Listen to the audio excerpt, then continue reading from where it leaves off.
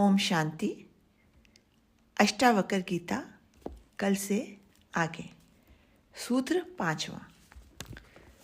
अष्टावक्र जी ने 3 ही सूत्रों में राजा जनक के 3 प्रश्नों ज्ञान मुक्ति और वैराग्य का स्पष्टीकरण देकर मुक्ति की विधि बता दी। आगे इसकी थोड़ी और व्याख्या करते हैं, जिससे जनक को पूर्ण रूपेण ये तत्वबोध हृदयंगम हो जाए। अष्टावक्र कहते हैं, तू शरीर नहीं है, आत्मा है जो चैतन्य है, साक्षी है। आत्मा का कोई वर्ण नहीं होता। ये ब्राह्मण, क्षत्रिय, वैश्य, शूद्र नहीं होती। ये तो चैतन्य ऊर्जा मात्र है जो समस्त प्रकार के जीवों में समान रूप से व्यापक है। ये आत्मा ना किसी वर्ण वाली है, ना आश्रम वाली ही है। ये हिंदू, मुस्लिम आदि धर्म वाली भी नहीं है। ना इसकी कोई जाति है, ना कोई इसका लिंग है। ये 4 आश्रम ब्रह्मचर्य, गृहस्थ, वानप्रस्थ एवं संन्यास भी आत्मा के नहीं है। आत्मा तो ना करता है, ना भोगता, ना भोग्य विषय। इन तीनों से परे असंग, निराकार और विश्व का साक्षी पात्र है, केवल दृष्टा है। अष्टावक्र जनक से कहते हैं कि तू वही आत्मा है, ऐसा जानकर सुखी हो।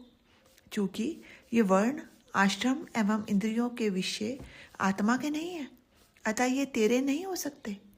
इन वर्णा आश्रम के धर्मों को मानने का विधान केवल अज्ञानियों के लिए है, जिससे वह अपना क्रमिक विकास कर आत्मज्ञान को उपलब्ध हो सके।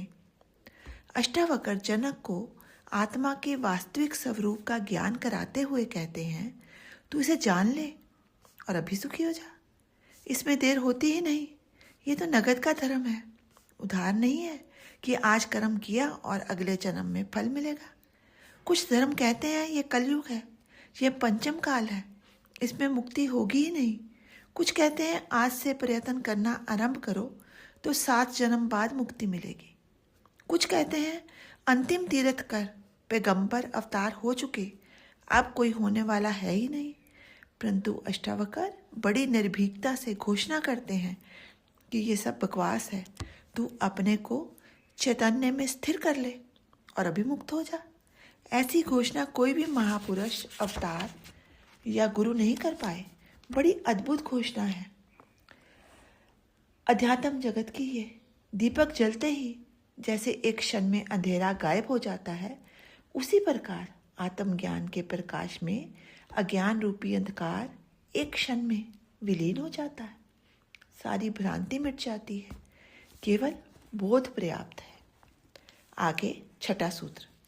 ये आत्मा चैतन्य है, मुक्त है, असीम है, सर्वत्र है, व्यापक है। ये किसी बंधन में बंधी ही नहीं है।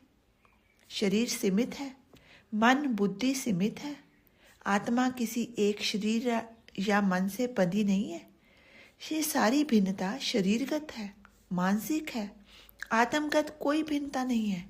इसलिए अष्टावक्र राजा जनक को विभो, व्यापक शब्द से संबोधित करते हुए कहते हैं कि तू शरीर नहीं है, व्यापक आत्मा है, इसलिए तू सर्वदा मुक्त ही है।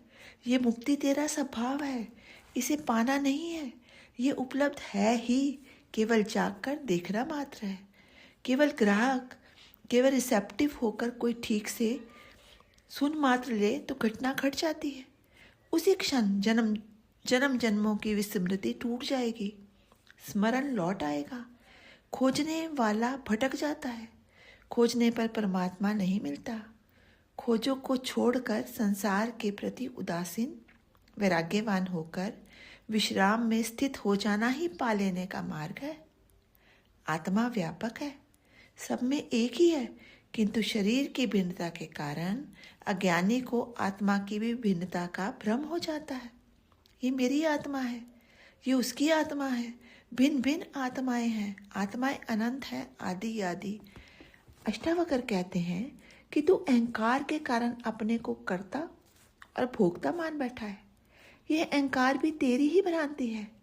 तू चैतन्य आत्मा है जो ना करता है ना भोगता है। अपने को कर्ता और भोक्ता मानने के कारण ही तू सुख दुख का अनुभव कर रहा है। तू धर्म और अधर्म की बातें करता है वास्तव में ये धर्म और अधर्म, सुख और दुख मन के ही हैं। तू अहंकारवंशी अपने को आत्मा से भिन्न अनुभव कर रहा है, उसे छोड़ दे। तू आत्मवत सदा मुक्त हो जाएगा। अहंकार और मन के मिटते ही तू कर्तापन और भोक्तापन से मुक्त हो जाएगा। वह इस धर्म अधर्म सुख दुख से भी मुक्त हो जाएगा। ओम शांति। शेष कल।